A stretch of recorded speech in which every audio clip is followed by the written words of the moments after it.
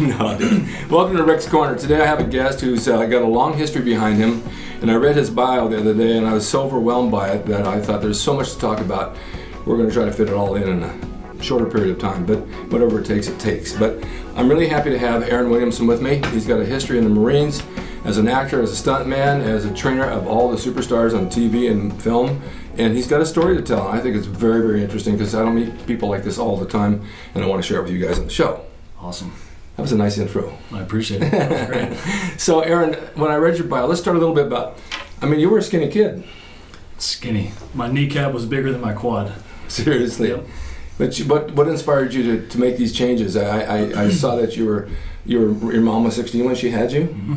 and how was your life at that time? Went through a bit of a rough childhood, just dealing with issues that a lot of people deal with these days. Divorce and. Oh yeah.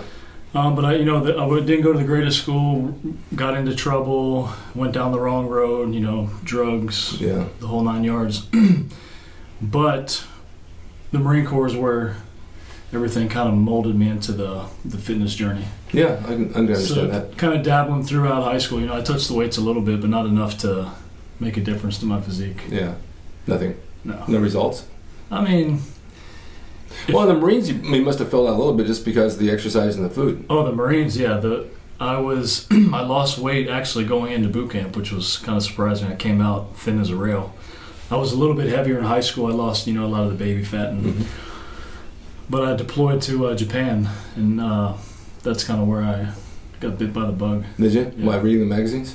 Well, you're in the middle of nowhere. You're stuck to a base, and you're either out PTing or you're lifting weights. Yeah. I was at Camp Schwab in Okinawa, and they had a great weight room, great supplement shop. I started training, started doing cardio, reading the magazines. I was inspired as a kid by Arnold. Of course. But no aspiration of, wow, I want to. Yeah. It was just unachievable in my mind. But when I joined the Marine Corps, I started to find different qualities and traits about myself that I didn't know I had. It brings out things in you as far as being committed to something and dedication and discipline. Right. The Marine Corps is going to discipline you too, but bodybuilding is really a good form of discipline. Between the Marine Corps and bodybuilding, I was very. You couldn't get me to drink extra water. You couldn't get me to eat an extra half a green bean. I was just really, really, really into it. And bodybuilding is where the journey started because that's what I ultimately wanted to do. Yeah. After. But you had a pretty good road in the Marines as far as the job you had, and then you're moving into what you said, President Bush and all that. Yeah, let's talk about that for a minute. Yeah. So the career was a bit different than most Marines would have, and it just falls in line with the whole destiny piece of my life. But I was infantry by trade, 0311, and did a couple deployments. And then when I came back from Japan, I was screened for this section called the Marine Corps Bodybuilders, which is a small detail of pallbearers in Washington, D.C. who, I've traveled around the world to do funerals for, congressmen. Yeah. If a president dies, you're part of the detail. Right. And the requirement to be a bodybuilder or a body bearer basically is similar to being a bodybuilder or a powerlifter because you have to meet certain strength requirements. And I'll never forget when I got to this section, I got laughed at because these guys are so much bigger than me. Toothpicks thrown at me, telling me to go find my legs. It was hilarious.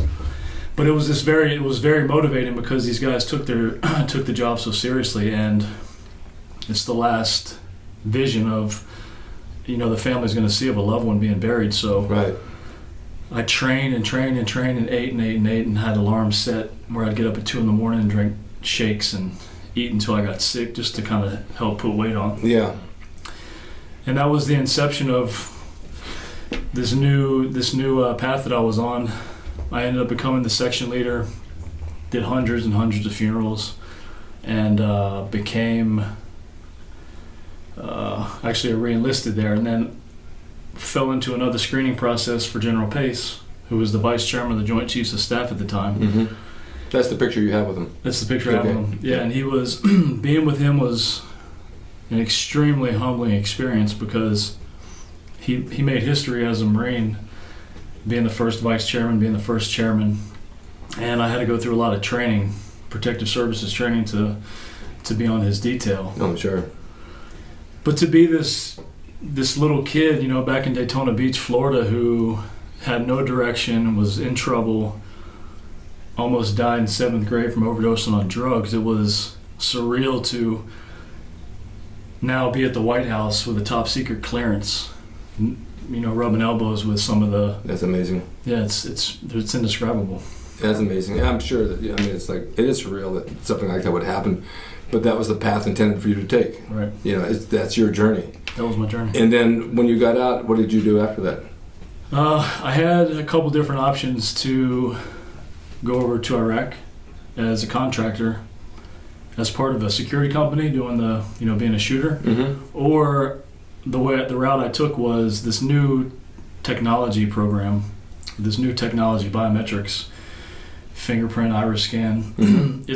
It's a huge part of the war that people don't know a lot about, and there's many reasons why, but it was a base access program that brought me over to Iraq on this new fielding initiative to keep bases safe as we were standing up facilities around the country. Mm-hmm. It was a way to vet people coming into our bases to make sure that there's not bad juju. So we did that for a couple of years, switched over to another project working directly with the Iraqis.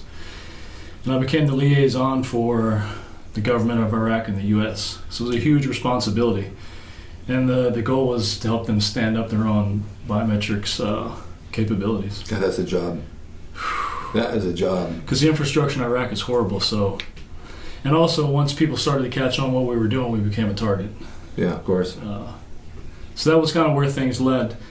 Biometrics, Iraq, mid-20s, in charge of a huge program, and working directly with the Iraqis is something that you can't really put into words, because the trust factor is very difficult over there. Mm-hmm. in a combat environment, and you're trying to do the right thing, and half the time you don't know if they want you there. They don't want you there, so you're always on eggshells. And inevitably, when you're over there for that many years, you're gonna experience things that will always affect your psyche for the rest of because your life. your odds of survival are like pretty slim at times. I say it, and everyone can relate who's been over there, but when you're on a facility, it's already dangerous enough. But when you leave, whether you get in a Humvee, an Amtrak, a helicopter, whatever the case may be, when you leave, it's a 50-50 shot that you'll come back. I mean, it's just a coin toss. Yeah. You hope that it's not your day. That's really what it comes down to. So then when you got out, you came back here? I came to New Orleans. Yeah, and what'd you do there? I was supposed to be lined up with this contract work with Marine Forces North. It didn't exactly pan out. Struggled through several months before I finally ended up getting that position back. The funding was put in place for it, but by then it was too late because I had exhausted all my money. I was living out of my car, filed for bankruptcy, lost my house, lost everything I had. So it was a real humbling experience coming back to the States, because I'm trying to transition to what normal is. Yeah. And then now my normal already being skewed is even worse, because I don't have any stability. I'm dealing with some PTSD. Yeah. But that I was ready to go back overseas. I'm like, you know what? I can't do this. You can't find your place here. No, it's not this isn't for me. Yeah. But some very close friends of mine encouraged me to get into fitness, so got certified, started training people, and that changes your whole life. It changed your whole outlook, right? Well, yeah, and the thing is, why I originally didn't want to train is because the gym has such a personal meaning to me, and it's a sanctuary. It's my sanity. So I didn't want to lose that, and I've tried to maintain that as much as possible. But you're grinding, and you're in the gym all day long. The last thing you want to do is be in the gym to train yourself. Right.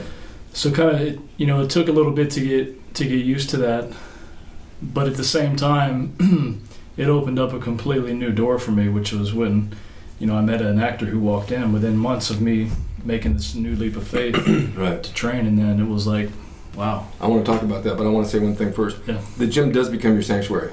I've been training for over 50 years. Every morning I do my thing, I go to the gym. My whole personality, my whole demeanor changes the minute I walk in and I grab something. Even going through pain and training through all the wrestling and all this stuff, my mind opens up. My girlfriend said to me, when you walk in the gym, you're a different person. You open up and you do the rest of your day just like, great.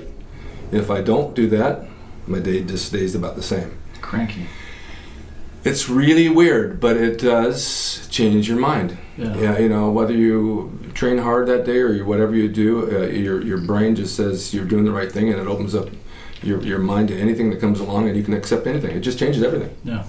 So, let's go back to what you're saying. I just had to say that. It's like a big piece of you is missing if you don't get that. If you don't get that hour or two in a day to just have your. It's like your. Yeah, it's hard for a person outside what we do to understand that because they have their own way of dealing with things. That's one way. The other way is my wrestling ring in the backyard, which you haven't seen yet. But I train guys on Saturday, and that was a huge part of my life until I had so many injuries I couldn't do it anymore, but I still like to instruct. And if I take that ring out of my backyard, a chunk of my life is gone. Right. If I put a pool there, that'd be nice, but what about the ring? Right. You know, it's been there for 30 years. So these are things in our mind, in our life, that keep us sanity going and let us do stuff, and it works. It definitely works. You have to turn to something. Yep. And if that's an addiction, it's a good addiction, you know? I love it. That's how I look at it. All right, so you got into celebrities, or actors. Yeah, I met Zack Efron. He came in, we connected, and he was doing a movie called The Lucky One, which he plays a Marine Iraq veteran. Mm-hmm. So I helped him. But you said he had a trainer at the time. Yeah, he had a trainer, Logan Hood, a guy who's very well received in the industry. He's one of the guys who trained for the original 300 movie, trained the kids. Oh wow! Yeah. So Zach was in good hands. They were making their transformation for the film, and I came in to be a mentor / technical advisor to help him portray a Marine, or how to walk, how to talk, how to move. Yeah. And that was my intro into film. I didn't think it was going to go anywhere after that, because I didn't know the film industry was in New Orleans. Yeah. And another director came in after that named Anthony Hemingway. Mm-hmm. And we hit it off. I trained him for season 2 of Treme, which is an HBO series. And he encouraged me to come back here to LA to be a trainer. Just come back here and train. He'd help me get situated. And I was about to take that leap when, within the course of a week, I got a phone call from Stallone, mm-hmm. Josh Duhamel. Zach was coming back in town for Paperboy. This was summer of 2011. No, summer 2010, excuse me. And, 2011. And the cast for G.I. Joe Retaliation. So all this came to me at one time, and it was a little overwhelming because I didn't know this, I didn't know what to do with it. So anyway, I stayed, and something new was created, and I just became this trainer in New Orleans who everyone went to. And predominantly I was known for my physique transformation because, as you know, being a bodybuilder, you know how to manipulate the body through certain training techniques and, right. and eating foods and right. rotating foods around, and so there's a lot of different stuff, and I was successful, and I took what I did very seriously, and I was good at it, so people came to me. It's funny how that works, because I had talked to people before about, there's so many people in this world that want to chase money. I got to make money. How much money can I make? I got to do this job. It has more money. And I had said this before, and I'm sure you're the same way. We all have to have money, but I don't chase money. I chase passion. Right. And so you were doing this out of passion, mm-hmm. and it showed, and people saw it, and so they came to you because you were so passionate about what you were doing. You got results.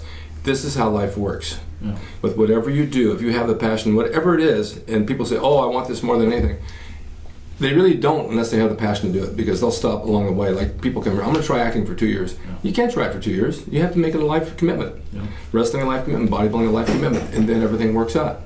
But it's when people see that passion, they're going to come to you and say, that's the guy, because he knows what he's doing. And then you can make money off that. It's not about the money. I agree with that. Money was the last thing I was thinking about when I was doing. Yeah, sometimes you don't even know what to charge. Right. Jeez, what do I ask them for? That was a learning curve for me. Yeah. And I actually went through some rough spots where people took advantage of me. But yeah. It was a great experience, and as I got more involved in film, things opened up, and I started training directors and producers, and some of them talked about my look and my presence and demeanor and my athleticism. So I got into some stunt work, and I mean, I love doing stunts. I'm a little beat up to do stunts, but I did some stunt work. And then the most amazing thing happened after that, because I started to transition into acting, which was something completely out of left field that I would have never imagined doing. But what happened was, when I went through some different acting coaches, and I really connected with a guy who was tough, really, really tough. And we would almost come to fists. I'm just like, dude, we're about to throw down. And what I finally realized was he was just trying to break me down to get my walls to come down, because as a Marine and being overseas in that environment, you're not supposed to be vulnerable. Right. And acting is all about vulnerability. Totally. So I never really embraced that. And then once the walls came down, it was just a very it's hard to put into words what it did to me, but I got to experience some things and emotions and feelings that I've either never felt or I haven't felt in a long time. And then when I had my first acting job and was behind or in front of the camera, I was like, wow, this is pretty cool. This is what happiness feels like. And it was a true happiness, because it was something so different, so new, and I could use some of these repressed emotions that have been down there for years. And what's even cooler is when you actually see it, when it's done. Yeah. It's so much different than what we do in the ring, as working to a live audience and then working on a camera. There's nobody there except the crew, and so these things that, like right now, we're talking to an audience out there, but we don't see them. Right. But they're all there, and it's a different feeling, because I come up and do a monologue. I'll talk to that camera for 20 minutes and talk about a subject, and it comes out good, and no one's even there. But on the flip side, on the comments, everybody's there, right. So they all see you. But acting, and I'm really happy for you that you picked this thing to do, but it's hard. It's hard to get work, and by dealing with the actors and the producers and directors and writers and all that, and they do mean well. I'll have something for you. Right. It's usually in the moment. If they have something that day, then you're going to go. If it's 6 months away, I forgot about you. Yeah, that happens all the time. I have a friend that's a director. He says, "I got a role for you." Then this is 6 times. What happened? Oh, I forgot about you. You got to stay on me. I can't stay on them all day long every day. I can't do it. Out of sight, out of mind. Yeah, and I had another director I worked for. I did 12 movies for, because I taught him how to wrestle. So he was here all the time. So every time he had a film, he'd call me and give me a different role. That worked out fine, but that's rare. It's rare. Being here in LA right now, pursuing what I'm pursuing, I completely understand why people throw in the towel. Because you really have to grind and hustle and be in it, because you really want to do it. Yeah. And I don't think people are prepared for what it's going to take and how much sacrifice is going to go into being successful at it. I've sacrificed everything I've had over and over again, and I'm so far along right now, and sometimes I get these moments where I'm just like, oh, how much more can I, and I know I have to keep going, because I have a lot of people who still believe in me. But you're still a young guy. You can do this. Yeah. I trained people for quite a while. Here at Gold's, actually, I had celebrities. I had Gene Simmons. I had Chuck Negron from Three Dog Night, Daniel Baldwin, Eric Estrada, Eric Roberts, and some of these guys. And I never asked them about work. I mean, I'm a musician too, but I got to a point where I didn't want to train them anymore, because I don't want them to look at me and say, "Oh, you're just a trainer." No, I have a whole career behind me of other stuff. Right. This is just extra cash, just like training in the ring is extra cash on the weekend. But I have other sides, and the same with you. You're training people, know what you're doing, but you also want them to look that you're able to take a role and make it work, and then that'll be your next thing. Right. And let it expand. Even if it comes down to producing and finding people to do your own movie, write your own script, because that's what Stallone did. Well, that's actually something that's in the works right now. Oh, good. Okay. I'm working with a writer back in New Orleans who's a good friend of mine, and there's a retired Army colonel who I worked with over in Iraq on this project, and we've been collaborating now for several months, and we just popped out our first treatment. Oh, that's awesome. A couple weeks ago. You competed too in bodybuilding. Competed, yeah. For how long? My first show was in 2009, and I threw in the towel 2011. Did you like competing? Loved it. I love I always hear competitors talking about peak week or or just prep, and it's like this dread as prep continues on, you get closer and closer to a show. Yeah. But I thrived so much on that because in my mind, I'm like, people come up and they want to know, wow, how do you look like that? What do you do? And I tell them, and they're amazed. They don't know how to. No, they don't know. So for me, there's this motivating thing behind being able to do what no one else can do, or no one is willing to do or wants to do. It's the discipline's the diet for sure. And getting the gym is too, but diet, that's your homework. You got to do your homework, and it's not easy. It's not easy at all. I did it for years, and now I still pretty close to doing what I do. But I want desserts now. I want some other things. I'm not going to compete, and I think it's okay. Then I look in the mirror and say, "What happened to that 30-year-old guy I saw 40 years ago?" And he's still there. He just doesn't have hair now, and he's a little older. Well, I think that mentality kind of sticks to you for a while. It does. I mean, I had tuna, eggs, and cottage cheese for lunch. That's boring. And last night I went to dinner with my girlfriend, and we went to a deli, and I had brisket and cottage cheese. Now that's boring. It was good, but do you want potatoes with that? You want French fries? No, I don't want them. They don't taste good to me. I'll take carrot cake. But back in those days when we were all together, the bodies were different than they are today. And do people know you were Schwarzenegger's training partner? Most people do. Yeah. And when I found that out, that was pretty cool. I just did a documentary for National Geographic last week, and it's about he and I and his ex-girlfriend and our lives leading up to that, and our lives in that, what we did as friends and hanging out in the marina and picking up chicks and training and eating at Zucchi's Deli. It's going to be out in September. So there's a big story there, and I've written a lot of articles on it. Those days in the 70s, living in Venice Beach, training with him and Draper and the guys and hanging out on the weekends and having parties will never, ever be duplicated. It was the best time of my life. I have friends from high school say, "Don't you remember the good old days in high school, Bakersfield?" No, I don't. Right. I left there 50 years ago. Those were the good old days. And it's sad because the gym is gone, the original gym, which was on Pacific. The Gold's today that they say is original is not. It's 3 moves later. Right. And those guys are gone. I mean, there's a couple around, not too many. And I've had a few on my show, and it's hard to get them because they're older and they don't want to talk, or some have died. And the memories are still at the beach when I go down there. I mean, it's like I always wanted to live in Santa Monica and have the wind and the ocean and the sand and the water. And I had it, and now I have the valley. But those days were great. And he and I and some of the guys, we had so much fun together, just kicking around and laughing and talking and training. And training was fun. It was like we were serious, but we told a lot of jokes. Right. We had a lot of stuff going on. So when I look at the bodies then, though, and I look at the ones today that are all bloated out, and you're not. You look great. You look like that day.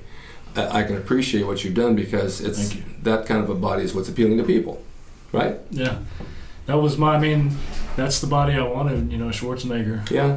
And for me too, just being able to work with him on Terminator was a huge. Yeah, you did Genisys. Yeah, it was you're meeting the guy who kind of inspired your life's journey. It was pretty cool. I'm sure. So what are your plans now? Get this project going? Get this project going, and I'm trying to become the best actor I can be, and keep auditioning, keep on the grind, wait for the big opportunity to come. I'm still training people. Yeah. Over at this Gold's once in a while, right? Yeah, over there at the Gold's once in a while. I don't really have a big clientele right now. I try and keep it relatively small, but on this journey that I'm on right now, as it continues down the path it's on, and as the celebrity status, whatever you want to call it, takes shape more, my motivation out of it all is to be able to have a really solid platform to speak from, because the military means everything to me, and it's very important that I'm able to give back. Yeah, sure. And I want to be known in the industry as a guy who served, and I'm not just someone who came from a lot of money, or I came from not much at all, and I did my time and served my country and made some great relationships along the way, and some very close friends of mine have been killed, and there's just the morale of the military right now. I would like to see it go back to where it should be. Yeah. That's not where it needs to be right now. And it's tough. It's tough being deployed, and especially over the holidays, and when you're away from your family. Oh, yeah. It's just really, really tough. So that's just important to me throughout the USO tours that I'm developing right now and getting going. And but anyway, that's well, this is one reason why I brought that up in the beginning, because when I read that, it was like, it was overwhelming. It was great. You served your country way beyond what anybody else has done, and people need to know that about you. That's a really, really good thing. I was so impressed. It was ridiculous. I was having coffee at Starbucks, almost fell out of my chair. No, I was really, really impressed. I had to text you right away. Man, I can't believe your history. It's awesome. It meant a lot. It meant a lot to me to read that and to know you. I mean, you're an awesome person. If people want to reach you on the internet, are you there? I'm all over. I'm all over social media, Facebook, Instagram, Twitter. You can catch me through my website or send me a direct email. You can work with me online, or if you're here in LA, we can link up and work here too. That's awesome. I'll make sure I put your websites up. I'm putting all the pictures up, and it's been a pleasure having you here. That's been awesome. Thank you, Rick. Thank you so much. Thank you. I'm really glad we met over the Egyptian musk. This is funny, real quick. I got to tell you guys. I was walking through the gym, and I smelled the gym, and it's an Egyptian musk oil, which I have. And every time I wear it with a little patchouli, people follow me. Women follow me. My God, what are you wearing? You smell so good. So he's walking through the gym, and I smell it, and I had to stop. I said, "You wearing Egyptian musk?" He says, "Yeah." Stole it from you.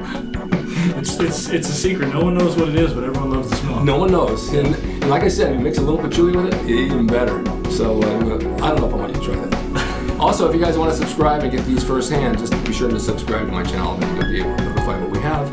And that being said, we will see you next time, and thank you so much for watching Rick's Corner. Have a great day.